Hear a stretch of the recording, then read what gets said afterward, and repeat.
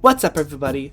If you're surprised to see me after like a month or two without a single video, well, honestly, so am I. I didn't expect to be uploading, but we just got assigned a project where we have to make an argument using creative means. And what more creative mean is there than an informational comedy video? I mean, I'm the first person to ever do this. Ever. No one's ever made an informational comedy video before. I am the first. So, I'm going to be making it about the school that I pay thousands of dollars to every few months for a piece of paper, Fresno State. But, more specifically, I'm looking at their new scooter policy that was announced less than a month ago. For those of you out of the loop, on October 6th, an email from Debbie Ashton was sent to the entire school, which said pretty much any wheeled device, including scooters and skateboards, couldn't be taken indoors at all, with the exception of mobility devices such as wheelchairs. And this does make sense. As the email described, Fresno State has had some concerning incidents since the start of the semester, and that includes scooters crashing into pedestrians and people tripping over scooters left in hallways. Ashton describes that this campus-provided equipment is available for locking up your wheeled device. Primarily, bike racks and scooter and skateboard racks are available. Having students leave the scooters somewhere convenient, where it also protects people from tripping, seems like a win-win. That way, students can worry about tripping over other things, like the broken stairs at the new student union. Yeah, if you haven't gone there, the stairs have been broken for like a week. Having to take the elevator because the stairs were broken is not something on my bingo card for this year, if I'm being real. But, nevertheless, it happened. But, back with the scooters. I talked to students on campus about what they thought about the new policy to see if they agreed. What do you think about the new scooter policy? I think the scooter policy is kind of dumb because with the lack of racks around campus and the lack of students who have locks, leaving scooters outside is just going to lead to them being stolen. I kind of agree with it and kind of don't. My classes are mainly like smaller lectures, so if more than one student brings in a scooter and they place it towards the front, it gets crowded right there. It can be like a tripping hazard. But I also see like keeping them outside can be bad because these scooters cost a lot of money. They aren't cheap. Now they could have just, given a heads up before, implementing it immediately. Like when was the emails released? Like 2 weeks ago. Yeah, 2 weeks ago. Like they should have done like 3 to 6 months ahead of time and announced it, so people would, have time to buy their locks or, plan out their routes easier. I think. What do you think about the scooter racks they have around campus? I haven't seen one yet. I know they put them out. I'm guessing if they're in an area that's kind of covered from the rain, I think that's good. If they're not covered by the rain, I think students should be able to take them inside because I do think like scooters exposed to too much rain, especially now that we're closer in winter and things are going to get rainy, that it could damage them, and once again, you don't want those things damaged. Talking to students showed me that while something might be a good idea in theory, actually being able to execute it is a whole nother matter. And based on my personal experience, as well as the people I talked to, the mark has really been missed on this. One of the main issues brought up was that it was really immediately executed with no student input. It came out of nowhere for most students. Literally every person that I interviewed said that it was just implemented really fast without any student input. Now, to be fair, it makes sense for something like this to be implemented fast. There is a danger to having scooters on campus. Like I mentioned a minute ago, scooters can be a tripping hazard and can also be dangerous while you're riding one. According to the Collegian, a San Jose State University student named Camden McWright was struck and killed by a bus on campus when he was riding around on one. And the email sent to all students, like I said before, mentioned that there have been some concerning incidents. However, just because something should be implemented quickly doesn't mean it should be started immediately without considering the opinions, concerns, and situations of students. While this is completely righteous to those students who walk to their classes, this new rule throws under the bus many students who use scooters right now. Fresno State students have been operating under the assumption that scooters are a faster but acceptable way of traveling across campus. When our new president first got his position, this is literally a video he made for the upcoming year. Hello, I'm Fresno State President Dr. Saul Jimenez Sandoval. We know our students are excited to return to campus this fall, and our faculty and staff are eager to welcome our new and returning Bulldogs.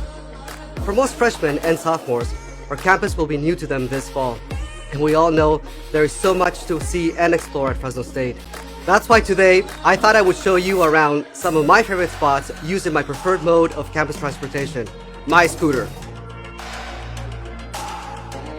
The textbooks and supplies you might need for school. Administration building is another important place to know. Located on the keep in mind that you might need a few minutes to get across campus from class to class. If you have a full schedule, you might consider investing in a bicycle, skateboard, or a scooter like me. How could you watch that video and not think it's okay to ride a scooter on campus?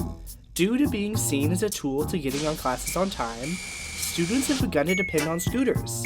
A lot of the time, they're actually required if you want to get to class on time. I personally will be late to every single Comm 5 class if it weren't for my scooter. And that's not even the worst of it. Here's a real commute between two classrooms that I've had classes in back-to-back from last semester. In order to help demonstrate that scooters are actually required for many students, I'm going to do a real commute that I had to do last semester, starting from the second floor of the music building, going over to the athletic or recreation center. I forget what it's called, but it's on the other side of campus. And I always use my scooter for it, and you'll soon see why. I have started a stopwatch from when I first left my classroom, and I'm just timing how long it takes me to get to my next class. Remember, this is a real commute that I had to do last semester. This isn't just me cherry picking a certain class that are just really far from each other. This is a real commute that I had to do last year. We've made it to the Student Recreation Center. 9 minutes and 26 seconds for me to walk here. That's concerning because I have long legs. 9 minutes and 26 seconds to walk here. Speaking of, they literally have the wheel device notice on here. But now I'm going to allow myself to use a wheel device on the way back and see how long it takes me. Ready to see how much of a difference it makes. Also, just so you guys know, I'm going a moderate pace right now. I'm not going crazy fast just so I can make a point for this video. This is a relatively normal pace for a scooter. If I wanted to go faster, I could, but I don't want to be dangerous, so I'm just doing the regular speed. Alright, I'm now here at the classroom I started with on the other one. It's time to check how long it took. 4 minutes and 52 seconds. 9.5 minutes. 9.5 minutes. But if my professor let me out 30 seconds late, I wouldn't make it on time. I'd be late, and I was walking fast. I'm a giant. I have long legs. A regular person would be screwed. What are you thinking? You have to use a scooter for that. There's kids who need scooters to get around. But Remy, I hear you say, it doesn't ban scooters. It only makes it so you can't bring them into buildings. But how are you supposed to do that? Just leave them outside? Going back to the email, Aston describes how there's scooter racks around campus, but it's hard to use with the scooter because you have to store them upright. There's not enough space. Not to mention, big bulky electric scooters don't even fit on them. You can't use the bike racks on the scooter unless you have a big enough one, which most people don't. And if there's too many skateboards on the scooter rack, you can't use it at all. It's not even effective if used correctly. I mean, look at these. What the heck? What are you supposed to do for that? With design like this, the scooter racks can only hold like 3 scooters. But they could be promising if you put them around campus. But there's an issue. There's not enough on campus. Let me give you a question. You are going to start enforcing that people lock up their scooters on scooter racks. Fresno State has over 20,000 students. How many do you think you need in order to help people lock up their scooters? 15? 50? 100? If you're Fresno State, your answer is 7. That's right, 7 scooter racks across campus. They linked you this thing, this link to where the scooter racks on campus. And when you click on it, it shows you a map that has only 7 on it. What? And now you're saying you can't bring them inside at all? When they don't even fit any? Are you kidding me? That's just common sense at that point. I mean, yeah, the school that spent $65 million on a new student union whose stairs broke after a few weeks weren't able to buy more scooter racks before implementing the policy. And that's not even mentioning the locks. Those racks require locks. Locks students might not own because they implemented the policy with no warning. I live on campus. I don't own a car. I can't go anywhere to get one. I don't know if they sell one over at the bookstore. I'm not even finishing. I'm not going to replace that video. This is true raw emotion. I'm not going to go and buy one at the bookstore if they sell them there because they're all overpriced. What are we supposed to do?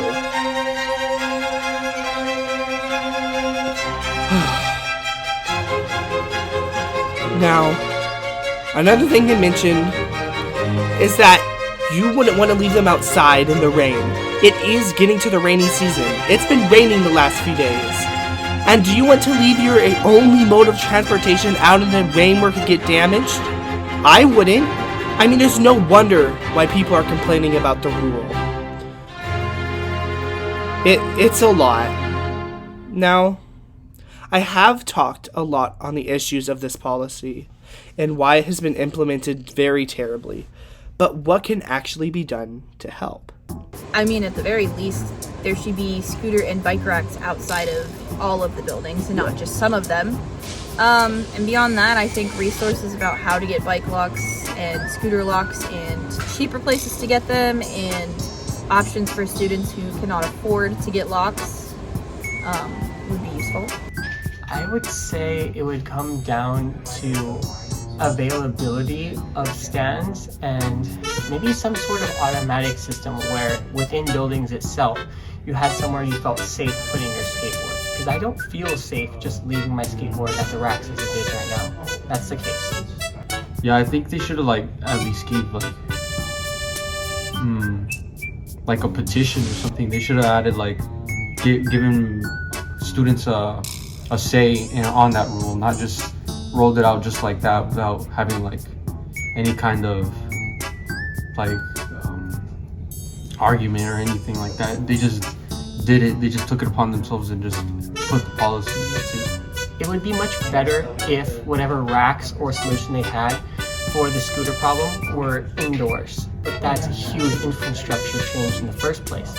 That, or it just comes down to Fresno State is such a vast campus that I wish things were closer. That way it was possible to get to class to class to class without needing scooters or skateboards. It's just not the reality. Maybe they could put stations inside, some places or put areas inside buildings where you could put the scooters, just so they don't have to go really far just to put the scooters away outside. Now, first of all, the students could have been warned about the policy before it was rolled out. That way, people could have had a few months or so to prepare for it. Or even better, it could have been implemented next semester, having told us during the summer. That way, when we were signing up for classes, we could choose routes that were more walkable, or give ourselves more time in between classes that were further apart. Now, another thing we could do is just have more scooter racks around. That way it would be less of an issue with the scooter racks, Even though they're not the best designed, having a lot of them would make it work. Another thing we could do is we could have scooter racks inside of buildings. That way, we would feel that our scooters were less prone to being damaged outside in the rain, especially coming to the winter season. Another thing we could do is we could not implement it at first, but gradually start implementing it in places where we do actually have racks and such. For example, I have a class in this niche area of the North Gym, which is where my comm class is. If I were to do it in a rack and then walk, it would just make up all the time that I had would have lost from walking. It would have been the same scootering and walking. And I have the scooter to get to class on time. But there are some places that do have scooters, and it could be implemented there. And we could do that until we eventually have racks everywhere. Now, it is important that Fresno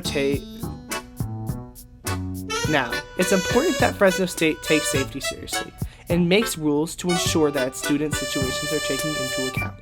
But when it comes to making new policies, it's important we actually talk to students and make sure that we take in the ideas of everybody, both those that own a scooter and those who don't. I talked to a ton of people in my interviews with students, and they all gave me their own unique opinion.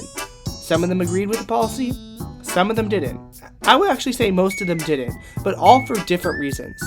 If Fresno had just taken the time to talk to people on campus, they probably would have found a much more effective way to implement this policy. Now, I'm going to finish you off with this handy instructional video that I made, Fresno State media style, that will tell you everything you need to know about the new policy. Feel free to share it with friends.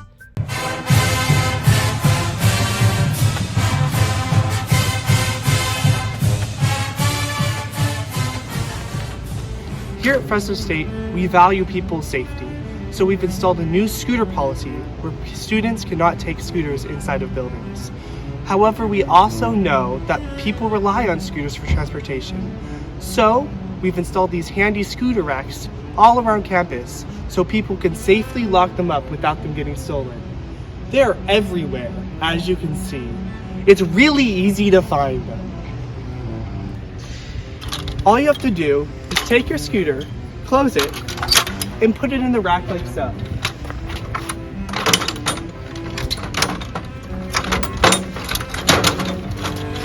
Or open it.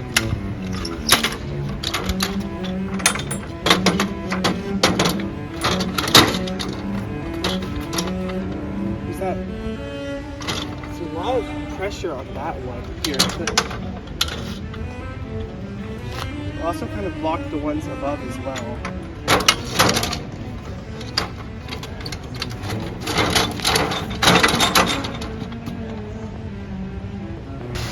For your safety, we've decided to implement these policies immediately and without student input. This is all for your safety because we don't want people to trip. If you don't have a lock already because you didn't anticipate this, you can just kind of leave it out. Or if your scooter doesn't fit, you can also leave it out. I mean, Fresno is not a city with a lot of crime, so you'll be fine. The 7 whole scooter racks we've put around campus should be sufficient to keep your scooters locked up and safe. And if not, we're probably not going to put more because we don't like to spend money on unnecessary things. It's just not a thing that we do, you know? But at least you won't have to worry about tripping over anything ever again. Now excuse me as I go chill in the new student union.